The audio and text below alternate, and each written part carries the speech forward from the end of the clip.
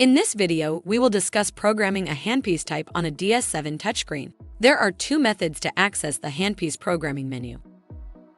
For the first method, begin by withdrawing the handpiece you would like to program. Then press and hold the blue bar below the timers. For the second method, press the menu button at the top right of the screen. Then select Equipment Settings and Delivery System. Select the holder position you would like to program. Then Handpiece Type. Select the correct handpiece type. Use the back arrow to save the changes.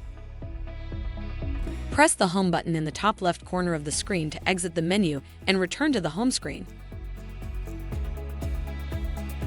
If you have additional questions, please call customer service at 1-800-547-1883. A helpful A-dec associate is just an email or phone call away. That's one thing you can always count on.